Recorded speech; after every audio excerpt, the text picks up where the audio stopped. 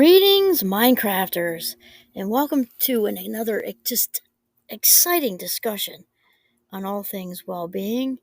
This is Dr. Kimberly Quinn, and I'm here to help people become the boss of their thoughts, as thoughts come first and feelings come second, and action or behavior third. And of course, kind of like a sub theme is also to and super important is when we learn to become the boss of our brain, we also sort of roll right into being better able to see our own value. And I am committed, very committed, to help people get to know their own value.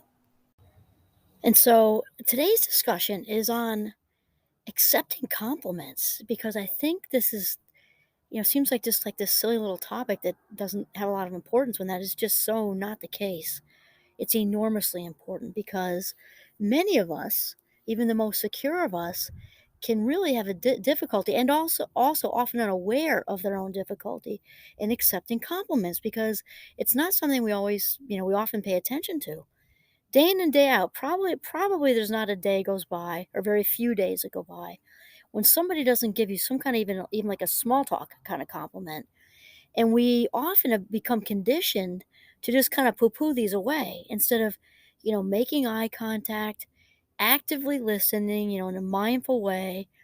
And we just sort of like nod and say thank you, and then head to the water cooler to go get a coffee or something, without letting, it's sort of like letting it go in one ear and out the other. And I don't think that people realize how really damaging that can be, because it doesn't integrate what someone else has this, come from this genuine place. It doesn't integrate that into our hard drive, which is just so important. And obviously there's a spectrum, like we've talked about, just like with anything else. There's like the small talky compliments. Let's say, like, if you can picture my hand going from left to right, like, like small talky, like high school, college reunion type of compliments, when, it's your 35th anniversary and you're in your 50s, and we're saying, "Oh, you look so the same." And, "Oh, so do you. You haven't changed a bit." Well, that's crap. I mean, why are we playing this game? We don't look the same, and hopefully we have changed. And so those we like nod and smile. But I think that's like often that's the minority. And I'd like to think that people are really, really good out there in general. And often people, let's say they make a clothes compliment. It's the fall, you got some great earth tones going on. Maybe you bought a beautiful new skirt and a scarf, or you found a great new tie or good shoes or whatever. And somebody says, "Wow, you look fabulous. Wow." And rather than just accepting, we say, "Oh, wow, oh yeah, I got this on sale," and you keep very little, if any, eye contact, and keep going. Well, who cares if you got it on sale? Who cares if you got it at a yard sale? You can let this person think you got it at Saks Fifth Avenue, and that's okay. Not important at all. And actually, to just stay with that, look them in the eyes and say thank you. And also, deep breath. And it may be uncomfortable for some. We're going to get to that soon. And really hear it. Wow, my outfit made enough of an impression on somebody to say something to me. And sit and invite it in, and then feel what it feels like to let that good inside, because we're going to get to that, why this is huge, in a moment. It's enormously important, neurologically speaking. And then Sarah Von Brednick says in her book Simple Abundance, which is just really good. I've had this since I'm thinking it had to be my 30s, and I take it out every so often, because they're little daily. It's a what does she call it? A day book of comfort and joy, and a little like daily. I've called them meditations, really, but I mean, sort of. It's just little short things that help us along our way. But anyway, this one's on compliments, and she starts off with a quote from Oscar Wilde that says, "Nowadays, we are all of us so hard up that the only pleasant things to pay are compliments." And she starts off with quotes, which I love. It's kind of sets a pace. So she says, "All people," in brackets, because it's women. "All people need more compliments in their lives. We need to give more of them to our families, friends, and strangers. We need to hear more of them, even if we have to give them to ourselves. But most of all, we need to bask in them." I cannot say enough about this neurologically. We'll get to it. In our heart of hearts, most of us feel that we deserve more compliments than we receive.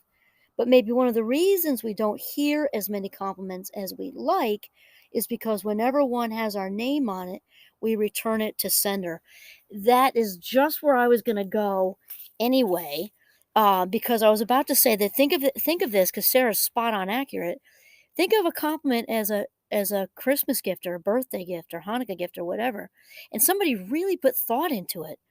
They put thought into it and they made it or bought it or got it on vacation or something because they were thinking of you, had holding you in their mind's eye, when they made it, purchased it, whatever. And to not accept a compliment or lose eye contact, let our minds and just clearly look like we're like, yeah, yeah, fine, whatevs. To do that is like it is like reaching out and sort of they do a pass off to you with this nice gift that's beautifully wrapped with a big nice bow, super inviting. You say, "Oh yeah, thanks," and you set it on the table or a shelf. Say, "Yeah, I'll get to it later. I'm glad you thought of me." How horribly ungrateful and how that would feel for the person on the giving end when they spent time and potentially money, lots of effort if they made it to with you in mind, and how really kind of like a sucker punch in a way, like for what? And that is kind of what it's like. It's very ungrateful, and we have to be, it's good for us to be mindful when someone is giving us not the small talky compliments, but the rest of it, the majority of them are genuine, I'd like to believe. And when we don't, really sit with them, it ends up being milliseconds or maybe seconds.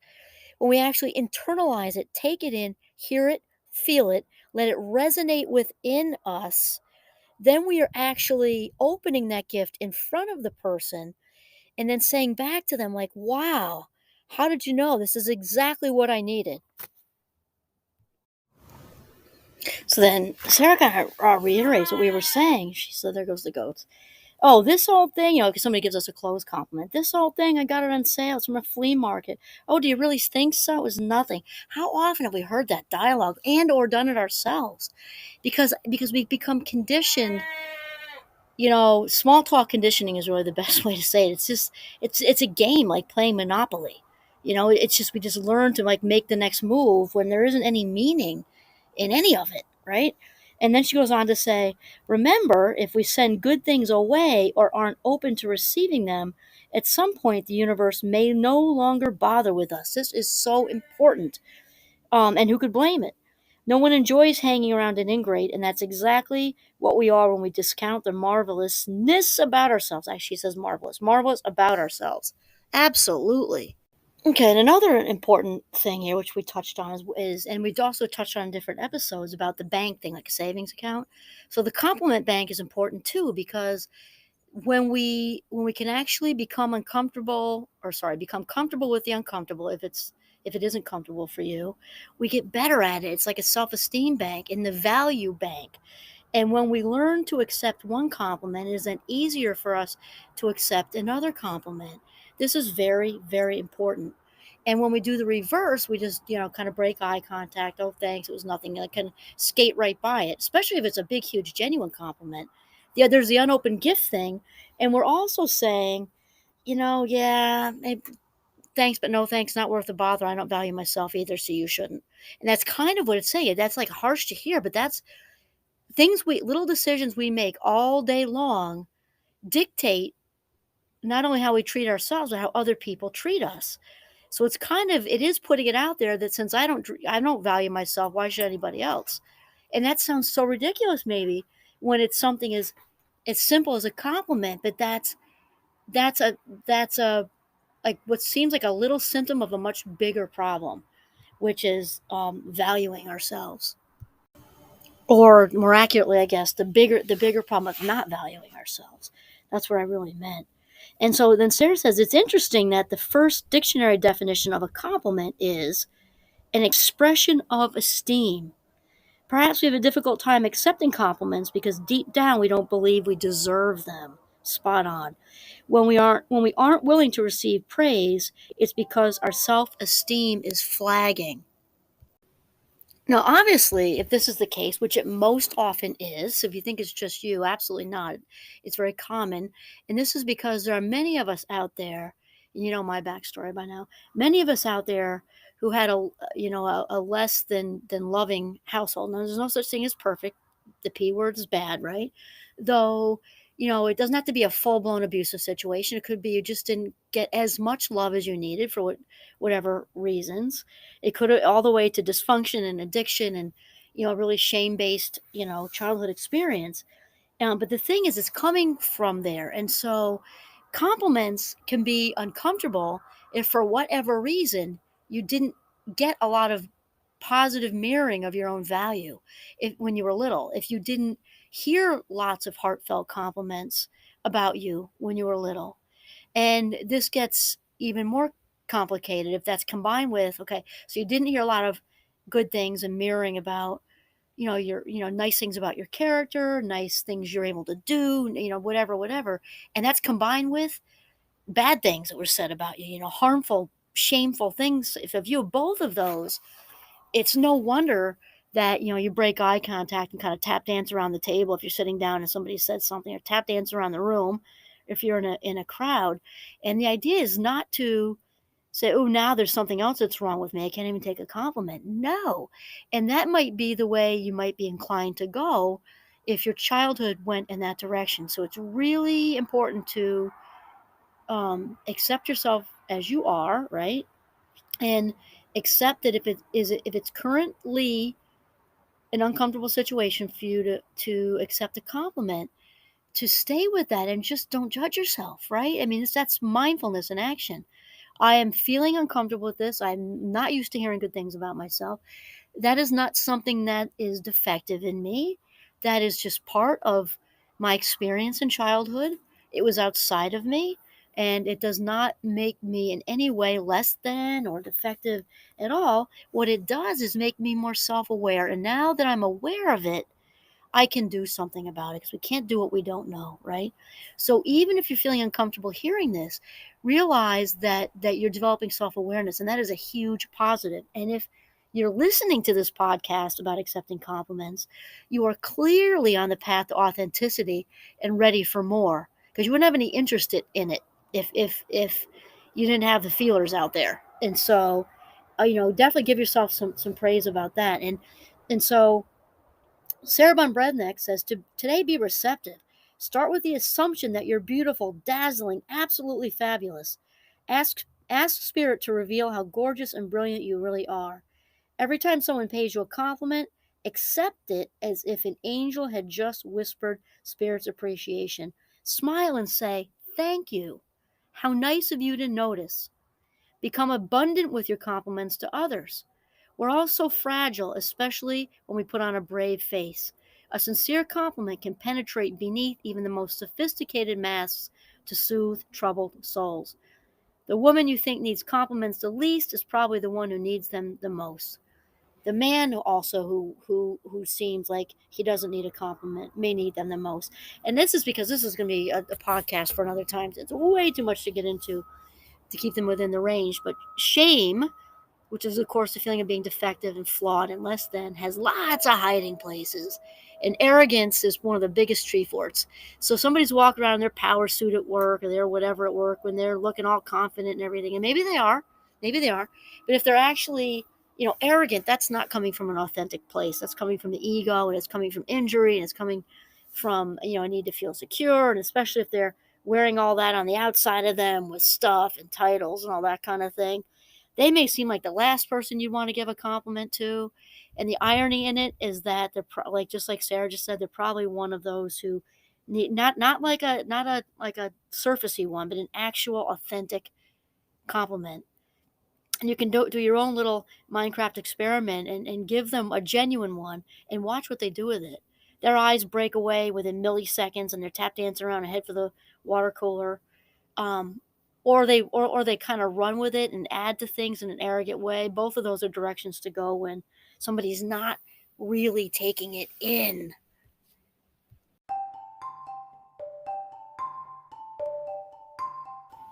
And what I say to my own kids, even now as young adults, and also my Minecrafters, also my young adults, because I care very much about them, is I say to them, to whatever it is we're talking about, and today it's compliments, to stay with the eye contact, which I know is difficult for those on the spectrum, and that is what it is. So as far as you can, let's just say that, with whatever's comfortable for you, and to internalize it. So I would point to my temples, if you can visualize that, and I say, bring it into the living room. Bring the good stuff into the living room, because this is neurological. It's not touchy-feely.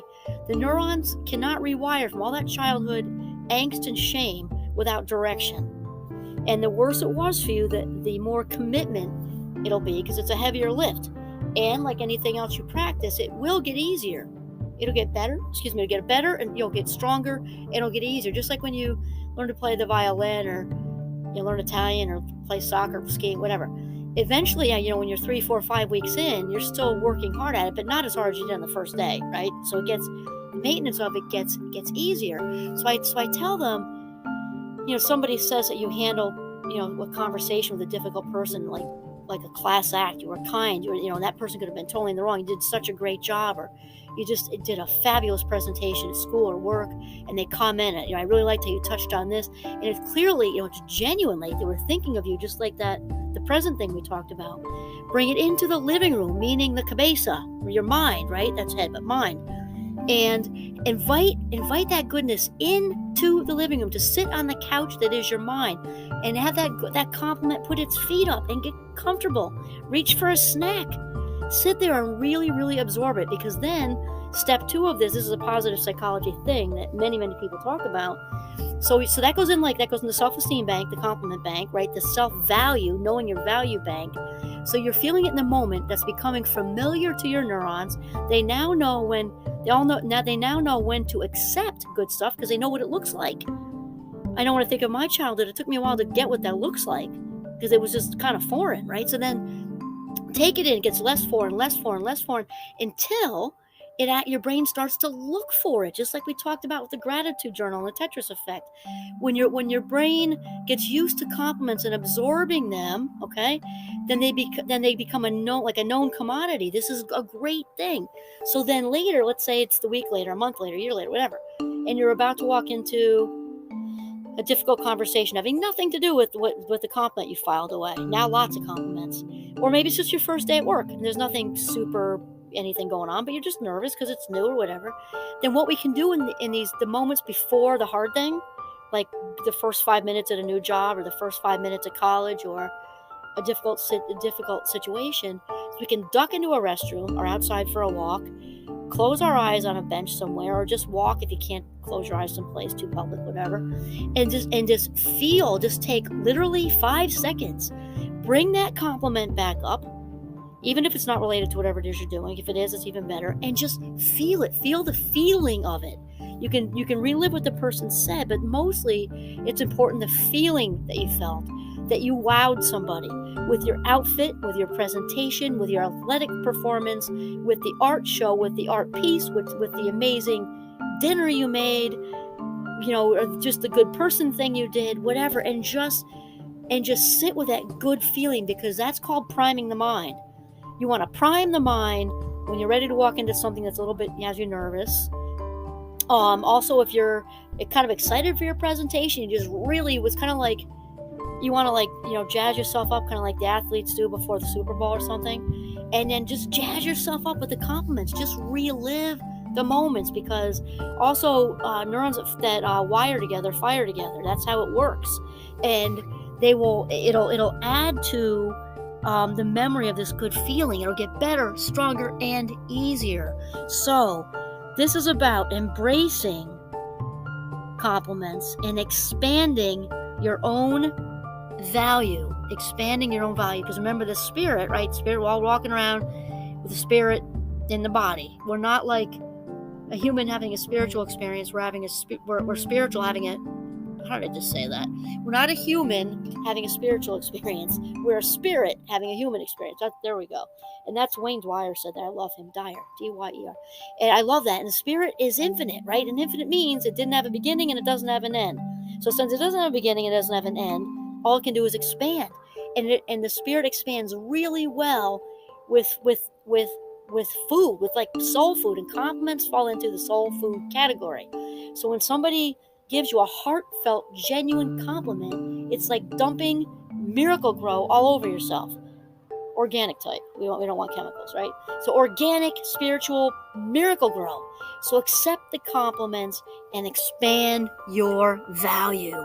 This is Kimberly Quinn signing off from Northern Vermont. Have a mindful day.